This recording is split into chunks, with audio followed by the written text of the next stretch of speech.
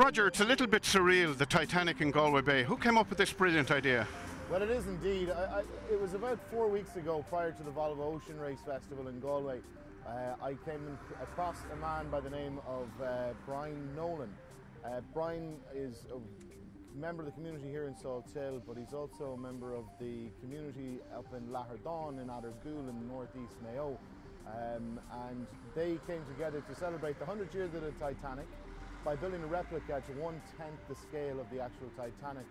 Now that was built between January and March of this year, and when it was built it was used initially to celebrate the 100th year anniversary in the Titanic village of Ireland known as Adergool. As a result of meeting Brian, he convinced me that it would be a great idea to bring it to Salthill. So as chairperson of the Salthill Tourism Development Association, I got the committee together and we came up with the relevant funds that were needed to fund it, and we brought it down. We're still looking to pay a few more bills off it, but you know, it's been a great event here for the last couple of weeks. It's here until the 20th of August. It's drawn a lot of families. A lot of people have happy memories of coming to Salthill, seeing the Titanic. It's absolutely breathtaking. At night time, it lights up and it comes to life. The smoke comes out the top, and it's a very, very true reflection of what it must have been like and how awesome it must have been 100 years ago to see a vessel like this. Originally, it was obviously built in Belfast, and it went in April 1912.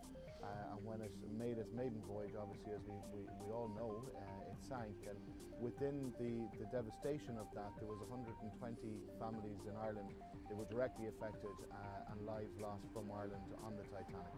And of those, of course, there's this particular link to Galway because there were 9 people lost from County Galway. There is indeed, Bob. There's 9 families directly involved with the Titanic, and 9 people who perished on the Titanic on that tragic day in 100 years ago.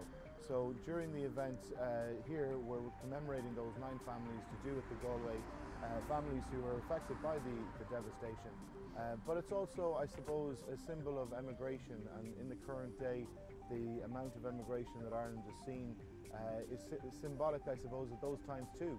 So 100 years later, a lot of our country is, due to circumstances beyond their control, beginning to emigrate as well. So I suppose there's an element of that side of this as well, but mainly it's a bit of fun, without getting too serious about it. It is a bit of fun, and it's free fun by the sea for Salthill again. And of course the tourists are lapping it up because your little tent shop is doing a roaring trade there.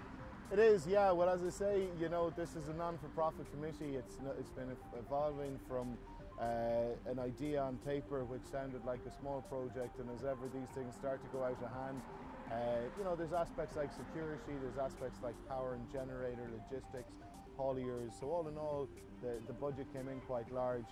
So some of the local retailers here within the community provided us with some merchandise that we have to sell, and any proceeds from that will go towards the cost that we're looking to raise.